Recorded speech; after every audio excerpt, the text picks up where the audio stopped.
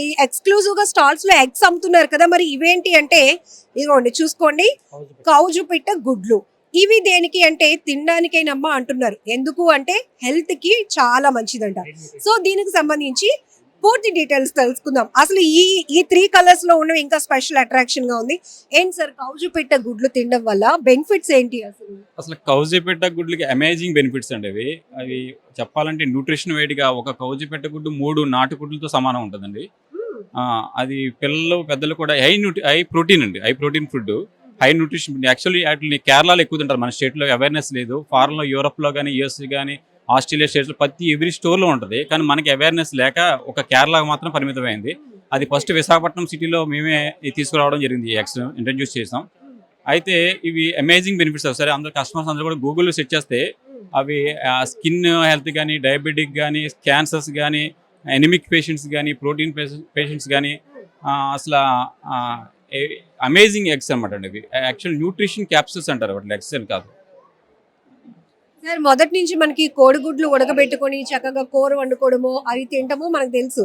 So ఇక్కడికి వచ్చేటప్పటికి ఇది కర్రీ కూడా చేసుకోవచ్చు. కర్రీ చాలా టేస్ట్గా ఉంటుందండి. అన్ని గుడ్లలో కన్నా కూడా ఇది కొంచెం సాల్టీగా ఉంటుందండి. బాయిల్ చేసిన తర్వాత బాయిల్ చేసి కర్రీ చేసుకుంటే కొంచెం సాల్టీగా ఉండటం వల్ల టేస్ట్ ఎక్కువ ఉంటుందండి.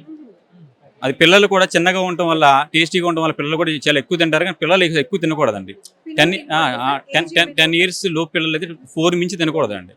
చిన్నగా ఉంటే 10 ఇచ్చేయమంటారు. 10 ఇస్తే కొంచెం రియాక్షన్స్ కూడా వస్తాయండి, స్కిన్ రియాక్షన్ వస్తామండి. అంటే ప్రోటీన్, ఎక్కువ ప్రోటీన్ మంచిది కాదు కదండి. సో హై ప్రోటీన్ అంటున్నారు. రోజుకి పెద్దవాళ్ళు అయితే ఎన్ని తినొచ్చు? 6 వరకు తినచ్చు పెద్దవాళ్ళు అండి. ఈ 6 eggs లో నుంచి ఎంత ప్రోటీన్ ప్రోటీన్ అనే డీటెయిల్స్ అయితే నాకు పెద్ద ఐడియా లేదండి.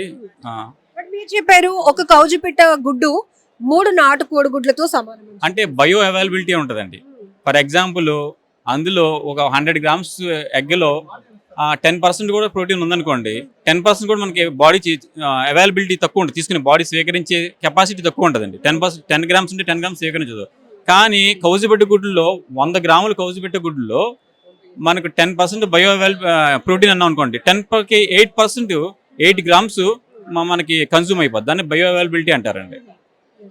సరే ఇప్పుడు ఇవి ఎంత సైజ్ లో మనకి రావచ్చు అంటారు? అవి మనకి 14 grams నుంచి 18 grams వరకు ఉంటుందండి.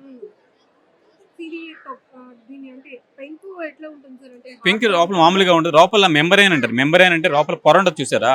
డోంట్ మైండ్ ఒకటి ఓపెన్ చేసి చూద్దామా మా కోసం, అంటే ఎలా ఉంటుంది ఏంటి అని అందరికీ డౌట్.